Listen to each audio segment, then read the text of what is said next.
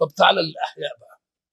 اقتربت الساعه، عايزين نقربها لهم، ما تقولش ايات صغرى ولا ايات كبرى. الايات الصغرى دي امر غيرك، لان الايات الصغرى او الكبرى امر وارد وطارئ عليك، انا خليها فيك انت. راح النبي موضح لنا اللغز ده، قال الساعه دي من مات فقد قامت قيامته. يبقى هات بقى اقتربت الساعه، اقتربت القيامه. قال ابهم الله سبب الموت وزمنه، كل واحد الموت يمكن يجي له في اي وقت. يبقى اقتربت الساعه، ما دام هيموت تقوم ساعته، وانا يمكن اموت في الوقت ده، يبقى تبقى اقتربت ولا ما اقتربتش؟ يبقى اقتربت الايه؟ اقتربت الساعه، ادي واحده. ها؟ هات بقى وانشق القمر. انشقاق القمر ايه كونيه، والروايه اللي موجوده انه انشقوا بان كده الحراء بان بين الشقين. نقول له تعالى بقى، لو ان هذه الايه الكونيه حدثت كان العالم كله يبقى. نقول له بس ما تقولش العالم كله، خليك صادق يعني، لان الامر ما بيروحش الناس كلها في وقت واحد، ده بيبقى محاق هنا وبيبقى مش عارف ايه هنا وبيبقى هلال هنا والبنر. امال يبقى ايه؟ قام قال لك ولو الناس اللي موجودين هناك كانوا يشوفوه تبقى ايه كونيه. نقول له يا اخي ده انت في هذا العصر والجرايد اذاعه والتلفزيون يقول لك سيحدث اليوم خسوفا كليا ولا خسوف جزئي ومش عارف ايه، ويحدث الكسوف، وبعدين في ناس يقول لك ايه ما قدرتش الا ما شافوش، مع انه معلن عنه ومش عارف ايه. ليه؟ لا، قمر وايات الليليه والناس بتبقى نايمه. والايات الكونيه كلها المعجزات الكونيه للرسل لا يقصد منها المعجزه الدائمه، يقصد منها المعجزه لمن شهدها، عشان ان كان كده يثبت على ايمانه، وان كان عاصي يجي ويانا. يبقى مين المراد به؟ ولذلك يقول لك كعود الكبريت ما تتكررش. يعني مثلا معجزات الرسل كلها بالشكل ده، يعني ضرب موسى للبحر بالارض، والله القران هو اللي قالها لنا، لو ما كانش قالها لنا يمكن كان لنا واقفه فيه، تحصل مره واحده وخلاص وتنتهي. ايات رسول الله صلى الله عليه وسلم معجزته الكبرى القران اللي هو على طول، انما ايحرم من معجزات كونيه حصلت لغيره من الرسل؟ نقول له بس انا مش المقصود بها، مقصود بها من رآها، مش صح الناس بترآها وبعدين ربنا عملها له كده راح فلق الامر ورجعه تاني. ما تستهزئش على الله. ليه؟ لان المعجزه معناها خرق للعاده وللناموس.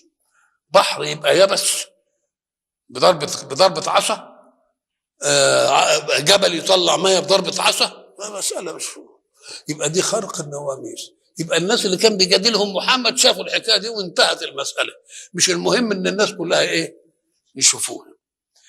طيب، او كما قال اقتربت الساعه، يعني ساعة كل واحد، ويبقى انشقاق القمر برضه لكل واحد هيغيب عني خالص. الله، يبقى اذا اقتربت الساعه وانشق القمر ناخذ منها ليله واحده، استعدوا للقاء ربكم فان ساعاتكم، كل واحد ساعته ما يعرفهاش امتى، دلوقتي او تحصل له، وبرضه القمر يغيب عنه وينشق ويعتزل حياته. وقلنا ان الساعه هي القيامه التي قال الله فيها ويوم تقوم الساعه يقسم المجرمون ما لبثوا غير ساعه. ولكن الساعه تنقسم الى قسمين: ساعة عامة لكل الخلق من آدم إلى أن تقوم القيامة، وساعة خاصة بكل فرد من الأفراد. يبقى من أول آدم الأفراد كل فرد له ساعة، التي بينها رسول الله في قوله من مات فقد قامت قيامته. فإذا نظرنا إلى هذا المعنى وإن كل واحد له ساعة، يبقى معناها أنها اقتربت لكل واحد، لأن عمره محدود مهما طال، ولأن الأعمار محدودة ملهاش قدر محدود. واحد يموت بعد سنة وواحد يموت بعد 2، يبقى قريبة ولا مش قريبة؟ يبقى إذا نظرنا إلى ساعة الأفراد التي يقول الله فيها من مات فقد قامت قيامته، يبقى اقترب في المعنى الحق. طب وإن أردنا الساعة العامة نقول لك اقتربت بمعنى إيه؟ قال لك لأن رسول الله قال أنا بعثت أنا والساعة كهاتين، يعني ما فيش نبي بعدها، يعني هو ده بقى اللي هتقوم عنده الساعه. وتبقى اقتربت بمعنى اننا نفتح عيوننا لما يجد في الدنيا من احداث، فهنلاقي لها ايات صغرى وبعدين تبقى فيه ايات كبرى. يبقى ما دام فيه منصوبه ايات يبقى اقتربت. طب واذا كان الحق يقول لنا اقتربت، ما تبحثش هذا البحث. انا قلت اقتربت يعني ايه؟ يعني اقتربت، صدقها بقى. زي ما قال اتى امر الله فلا تستعجلوه. اتى امر الله يعني جه.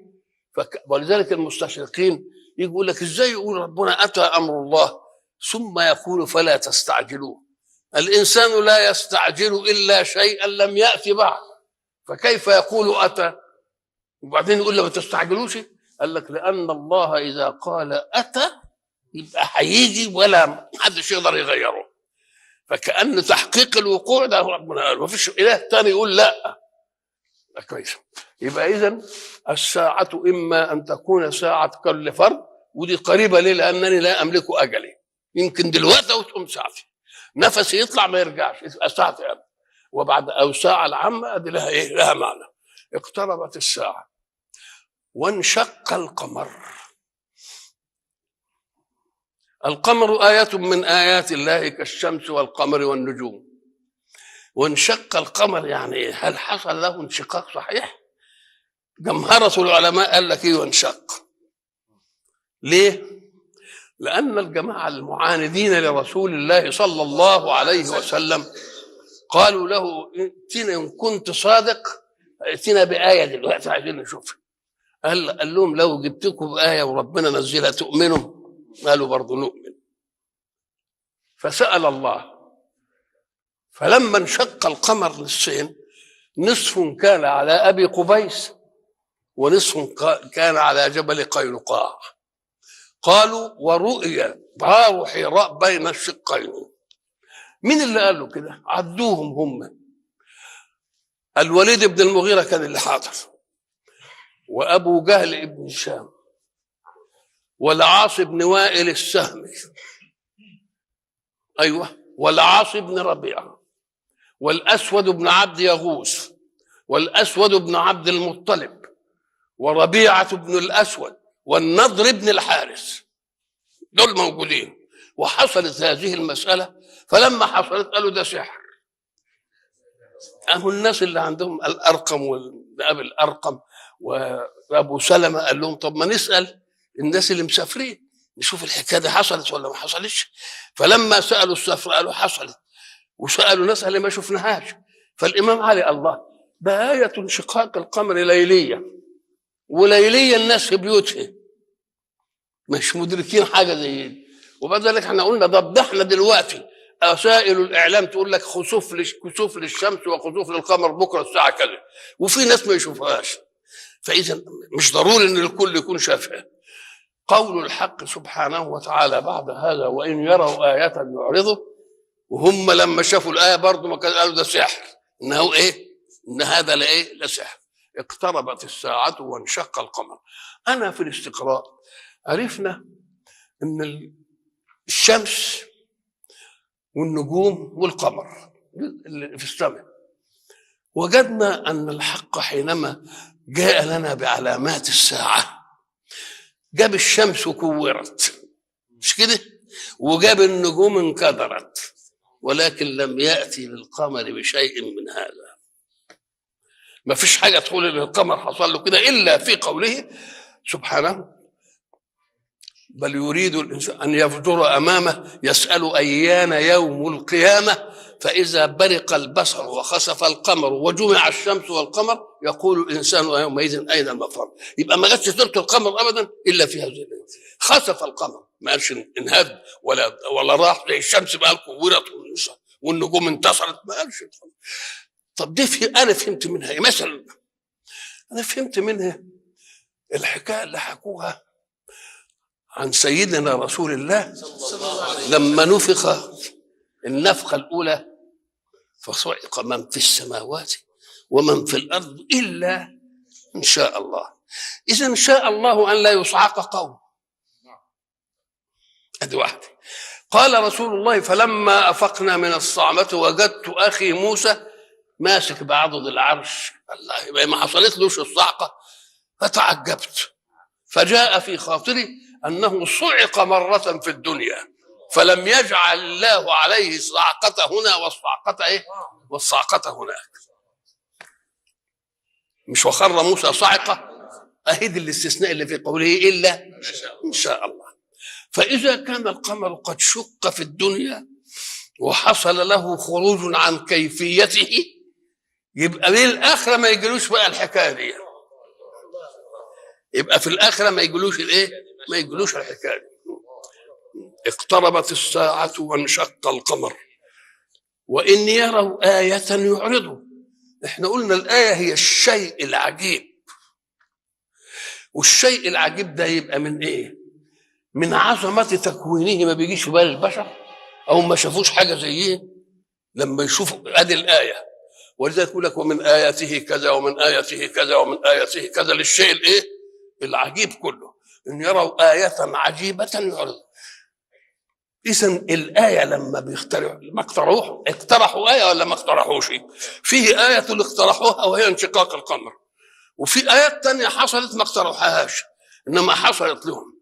حينما وقف أبو لهب في عداوته لرسول الله، الموقف الذي نعلمه، مع إنه عمه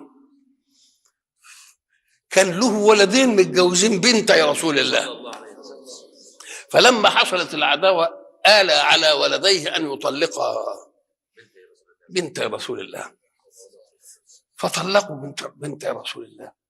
فواحد منهم بعد ما طلق مر عليه رسول الله فعمل انه يتف كده يعني او تأفف كده، فالرسول اتلفت قال: أكلك كلب من كلاب الله. فلما سمع أبو لهب هذه الدعوة خاف على ابنه، فلما ذهبوا في الرحلة قال للقوم: إيه؟ إذا جئتم ليلا فاجعلوا كل الرحال حول ابني لأني أخاف أن تصدق فيه دعوة محمد. فلما صبحوا وجدوه التاكل، بس اللي كلوا إيه؟ كلب. لكن هو قال: أكله أسد سبع من إيه؟ كلب. قال لك الكلب ده وجدوه أسد، قال لأن الكلب إذا نسب لله لازم يبقى أسد. أدي آية حصلت له هو شخصيا، يعني اللي حصل ده حصل له شخصيا، يبقى برضه إيه؟ يكذبها. وبعد ذلك تأتي مسألة الإسراء والمشراء برضه يكذبوها، ويقوم الشهود ويقولوا لا كذا ولا كذا. والنبي في حادثة انشقاق القمر قال للأرقم ابن أبي الأرقم ولأبو سلمة: اشهدوا اشهدوا اشهدوا اشهدوا، انتوا شوفوا عشان تقولوا لمين؟ للمسلمين اللي ما حضروش الحكايه دي. اذا ففي ايات كثيره بتحصل ويكذبوها. طيب لما اقترحوا الايه وجاءت سنه الله في القوم الذين يعاندون رسله ويحبوا يعجزوهم، يقول اقترحوا ايه يجيبوها. قال لك: لكن الله إذا أجابهم إلى الآية التي اقترحوها وكذبوا بعدها يأخذهم أخذ عزيز المقتدر. فلماذا بعد ما اقترحوا على النبي الآية بتاعت شقاق القمر وكذبوها برضه ليه ما ربنا ما أخذهمش زي التانيين؟ قال لك: لا، فيه آية بتحمد دي. قال لك: وما كان الله ليعذبهم وأنت فيهم. يبقى انحمل. أو أن الآية التي يأخذ الله القوم بعدها هي الآيات المحسة، إنما اللي هي تمسوها ولو نزلنا عليك كتابا في قرطاس فلمسوه بأيديهم، هم كده في أكثر من كده يقولوا إيه؟ يقولوا برضو إيه؟ إذن وإن يروا آية برضو ما يصدقوش. يبقى فيه لدد بقى، فيه إجماع على اللدد، والعقل ده ملغي في استقبال الاشياء اللي تخليهم ايه؟ اللي تخليهم يؤمنوا. قوم عيسى لما قالوا انزل علينا مائدة من السماء تكون لنا عيدا لاولنا واخرنا، بيقترحوها. قال ربنا: اني منزله عليكم زي ما اقترحت، فمن يكفر بعد منكم فاني اعذبه عذابا لا اعذبه احدا من العالمين. طيب موسى وصالح مش اقترحوا؟ قالوا طب هات لنا ناقه بقى كده من الناق كده ومش عارف ايه، اقترحوا، جت الناقه كما اقترحوا، وبعدين عملوا فيها وربنا حذرهم وقال لهم سيبوها ترعى زي ما ترعى وتشرب زي ما تشرب، فعقروها. ام خدهم اخذ عزيز الايه؟ اخذ عزيز مقتدر. وان يروا ايه برضه يعرضوا. ما دام ان يروا ايه يعرضوا يبقى فيه اصرار على التكذيب. واصرار على التكذيب ليه؟ قال لك لان هم كانوا فاهمين ان محمد ده يبغي الرياسه على الله، ولذلك لما راح له الوفد قال له يا سيدي ان كنت تبقى ملك نملكك، عايز فلوس نجمع لك، عايز مش عارف ايه نجمع لك. قال والله لو وضعوا ايه والقمر في يساري على ان اترك هذا الامر ما تركته او اهلك دونه. الله، يبقى اذا نكون فاهمين المساله انها علو عايز علو في الارض، ما فيش فيه حاجه. وان يروا ايه يعرضوا. ومعنى الاعراض انك انت ما تقبلش على المراد. يا ريتك ما تقبلش على المراد وتبقى سلبي، لا ده يعكسوه كمان. يبقى لما يجي الايه كان يكفي انهم ما يصدقوش، انما ايه يؤذوه. وان يروا ايه يعرضوا ويقولوا سحر مستمر. الله، سحر مستمر، قال يعني سلسله من السحر كل يوم يعمل لنا حكايه. وخصوصا ان يروا ايه ان اخذناها على نجوم القران برضه يقولوا ده ايه؟ يقولوا سحر. احنا ردنا على الكلام ده كله بشيء واحد وقلنا اذا كان ما فعله رسول الله كما يقولون سحر فلماذا لم يسحركم انتم وتنتهي المساله؟ طب ما كان يسحركم انتوا خير، اشمعنى سحر غيركم؟ يبقى ده كلام ايه؟ كلام كذب. لان السحر انما ياتي بالتخييل واللي بيجيبوا حقائق، زي مسألة موسى وسحرة فرعون. سحرة فرعون يخيل إليهم من سحرهم أنها سحروا أعين الناس إيه؟ لكن اللي حصل لموسى ما هو السحر، هو يخوز أن يكون من نوع الأمر الخفي، إنما ما هو السحر، لأن دي حقيقة. بدليل أن الله لما صنع لموسى التجربة قال له ما تلك بيمينك يا موسى؟ قال إيه؟ هي عصايا. اولا احنا عرفنا ان موسى زود في الجواب، لان لما يقول له ما تلك بيمينك يا موسى كان يقول عصا، مش جواب كده. طب ايه اللي قال هي وعصايا؟ زود حاجتين. قال لك في واحد ربنا هيكلمه ويقطم الكلام وياه، ده بده يمد الكلام مع ربه. هي عصايا، ومش قال بس كده اتوكا، وانا قلت لك بتعمل بها ايه؟ اتوكا عليها واخش بها على غنمي، ولاقيها زودها بقى. قال ولي فيها مآرب اخرى، ما كملش الايه. طب ايه؟ قال له ده هذا مدى علمك بالعصا، القها يا موسى.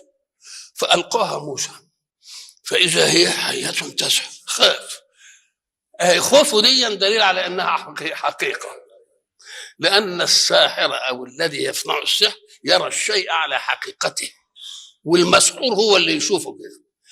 ولذلك قال له خذها ولا تخف سنعيدها سيرتها الاولى. يبقى اذا الفرق بين معجزه موسى والسحر الفاره ان سحرهم كان يخيل، ولكن دي ايه؟ حقيقه. بدليل ان لما جمع فرعون السحره لميقات يوم معلوم وهو يوم الزينه، وبعد ذلك قالوا له هتلقي ولا احنا نلقي؟ قال لهم القوا انتم، وبعدين القى العصا فلقفت الايه؟ الحبال بتاعته. الساحر يرى الشيء على حقيقته، هو يسحر الناس انما هو يشوف الشيء، لكن هم ما لقوش كده، ده لقوها حيه وعماله بتعمل كده. قال لك لا، ده مش شغلتنا بقى دي. ولذلك امنوا بمين؟ لا، مش بموسى، برب ايه؟ ليه؟ لان دي مش بتاعتك يا معلم. لو كنا موسى يبقى انت معلم عنا، انما دي مش بتاعتك، مش شغلتك دي. قال له امنتم لهم قبل ان اذن لكم؟ قالوا له ايه؟ واعمل ايه اللي في خيل، زي ما نقول احنا اللي في خيلك اركبه. نعم. ان يروا آية يعرضوا ويقولوا سحر، وسحر ايه؟ مستمر، يعني كل يوم يجيب لنا حاجه وهي ايه؟ فان اردنا نجوم القران كل يوم يجيب نجم برضه بالايه؟ بالسحر. وكذبوا واتبعوا اهواءهم. احنا عارفين ان الكذب معناها كلام، نسبه كلاميه، قلنا امبارح فيه نسبه كلام. قبل ما واحد يتكلم يدير الكلام على ذهنه الاول، المجنون هو اللي يتكلم كده من غير ما يدير على الذهن، انما قبل الواحد ما يتكلم بيدير المساله على ذهنه، ففي نسبه ذهنيه، وبعدين يتكلم تيجي نسبه كلاميه، فان كان لها واقع يبقى صدق، ما لهاش واقع يبقى ايه؟ يبقى كذب. وكذبوا واتبعوا اهواءهم، ما الذي اكنهم بيقول والذي دفعهم على الكذب، والكذب دي صفه مذمومه عند الناس كلها. ايه اللي قال لك الهوى بقى، يبقى الهوى يعمل ايه؟ يخليه يكذب عشان يحقق ايه؟ ولذلك الحق يقول إيه؟ الهوى خذوا بالكم منه، ولو اتبع الحق اهواءهم لفسدت السماوات والارض. طب يقول لك لما يتبع الحق الفساد في الارض زي انما السماء مالها ومال الحكايه. قال لك الم يقولوا اسقط السماء علينا كسفا. طب ربنا هيجيب على الكون ينهد بقى ولا ايه؟ وكذبوا واتبعوا اهواءهم وكل امر مستقر. الذي اتبع هواه امره مستقر ورايح في حته معلوم مكانه، واللي امن معلوم.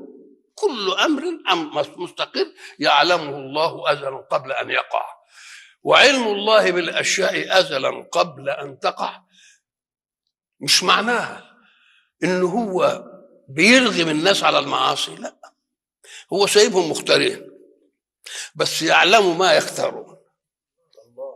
العظمه في انه يعلم مع انه مختار، مع انه ايه؟ مع انه مختار. ولذلك جبنا القصه بتاعت مين؟ ابو لهب في قوله سبحانه اعوذ بالله من الشيطان الرجيم تبت يدا ابي لهب وتب ما اغنى عنه ماله وما كسب سيصلى نارا ذات. ما دام يقول سيصلى نارا يبقى حكم بانه لا يؤمن. ما دام حكم انه لا يؤمن، طب ده الايمان ده امر اختياري، من شاء فليؤمن ومن شاء فليكفر. قال لك لكن ربنا عارف ايه النتيجه بتاعته، فحكم على شيء له خيار فيه وربنا مديله له هذا الخيار، ومع ذلك حكم هذا. ولذلك قلنا ما اغبى ابو لهب، غبي، لانه لو كان بقى عايز يعاند النبي كان ساعه ما سمع تبت يد ابي لهب وتب ما اغنى عنه ماله وما كسب، يقول وانا اصلا نارا ذات لهب، طب انا هفقسه بقى ايه؟ يجي في القوم كده يقول اشهد ان لا اله الا الله وان محمدا رسول الله، يبقى الايه تطلع ايه؟ بره. حتى هذه ما قدرش يعملها، لان الذي قال عارف انه يقدر يعمل ولا ما يعملش. نعم. وكذبوا واتبعوا اهواءهم، والهوى مش هيوديهم، لان الامر مستقر. يا محمد ريح نفسك، لان كل واحد المهدي عندي والمضل عندي، وده له استقرار في مكان الجنه وده له استقرار في مكان الايه؟ في مكان النار. وكذبوا واتبعوا اهواءهم وكل امر مستقر، يعني هواه لن يغير ايه؟ لن يغير واقعا ثابت ازلا وايه؟ هو مكتوب في اللوح. ولذلك الملائكه كل ما تحصل حادثه زي القران قايل عليها قبلها يقولوا سبحان ربنا، يتعجبوا من ان الكلام اللي ربنا قاله مع ان فيه خيار انه يقول او ما يقولش، لا هو حكم على ايه؟ فيه خيار. وكذبوا واتبعوا اهواءهم وكل امر مستقر ولقد جاءهم من الانباء ما فيه مزدجر. مسكناها من اول ايه؟ اول رسول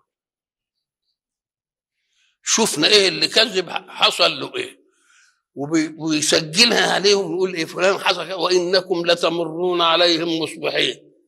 انتوا ماشيين بتشوفوا القرى بتاعتهم وتشوفوا الفساد وتشوفوا مش عارف ايه، وتشوفوا عاد حصل لهم ايه، وتشوفوا ثمود حصل لهم ايه، وقوم لوط حصل لهم ايه.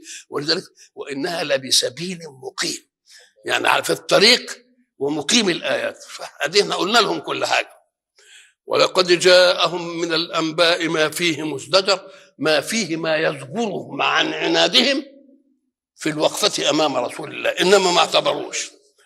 حكمة بالغة فما تغني النذر. معنى الحكمة يوضع الشيء في موضعه، وبالغة يعني ما فيش حكمة أعلى منها. ليه؟ لأن الحكمة تختلف باختلاف العقول التي تأتي بالحكمة، والبشر يبقى لهم حكمة، ولكن الحق سبحانه وتعالى له الحكمة الإيه؟ له الحكمة العليا. ولما يجي ربنا يقول الحكمة العليا عندني ما بيسفكش حكمتي، بس بيقول بس نسبها الى بشر ونسبها الي انا. سيدنا رسول الله صلى الله عليه وسلم حينما زيد بن حارثة كان ايه مولا من موالي رسول الله، كان يملكه حزام، وبعد ذلك اهداه لخديجه، فخديجه اهدته للرسول، وبقى عبد من عبيد الرسول، مولا من موالي الرسول. وفي الحج ناس شافوه من بني كلب، فقالوا مش ده زيد اللي اتخطف وباعوه على انه عبد، هو ده تمام. فراحوا قالوا لاهله، فلما راحوا لاهله جم على مين؟ على مكه، وقالوا له يا محمد اننا لنا ابننا انخطف، وقالوا هو عبد وهو مش عبد، ده هو حر واحنا احرار واحنا ساده في بلادنا وبتاع وحاجه زي دي، فاديه لنا بقى.